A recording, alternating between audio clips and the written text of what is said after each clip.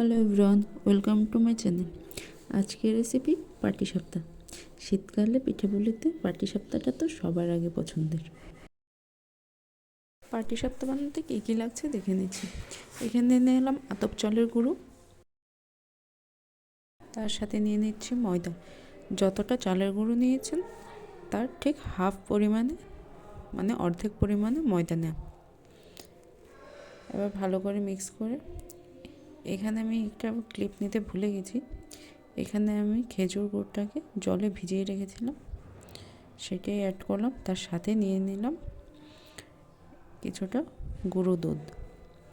এবার একটু একটু খেজুর গুড়ের যে জলটা আছে এটা দিয়ে আমরা মিক্স করতে থাকবো। এমনভাবে মিক্স করবেন যেন কোনো লাম্পস না পড়ে। একসাথে বেশি জল দেবেন না, অল্প অল্প করে জল দিয়ে দিয়ে মিক্স করবেন যেন কোনো লাম্পস না পড়ে।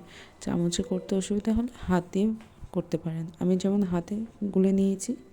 আমাদের ব্যাটারটা কিন্তু একদম রানিং কনসিস্টেন্সিতে রাখতে হবে।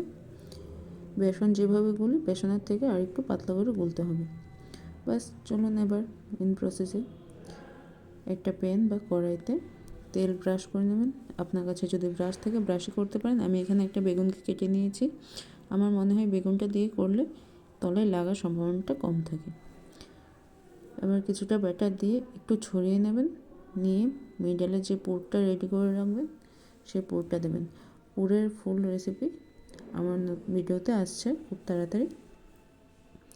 আপনি যে কোনো পুর ব্যবহার করতে পারেন, নারকেলের দিতে পারেন, শুধু ক্ষীরের দিতে পারেন, দুধ থেকে ক্ষীর বানিয়ে এমনিতে করতে পারেন, বা খোয়া ক্ষীর কিনে এনে ওটাকে প্রসেস করে করতে পারেন, সেটা আপনাদের পছন্দ।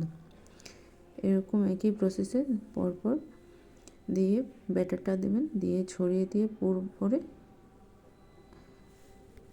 এক সাইড থেকে আস্তে আস্তে ফোল্ড করে দেবেন।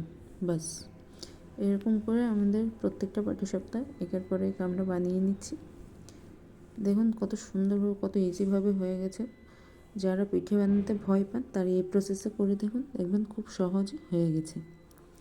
আর বলে রাখছি, যারা এখন আমার চ্যানেলটিকে সাবস্ক্রাইব করেননি প্লিজ আমার চ্যানেলটিকে তাড়াতাড়ি গিয়ে সাবস্ক্রাইব করে দিন, আর পাশে থাকা বেল আইকনটিকে প্রেস করে দিন যেন আমার নতুন নতুন ভিডিওর আপডেট সবার আগে আপনারা পেয়ে যান।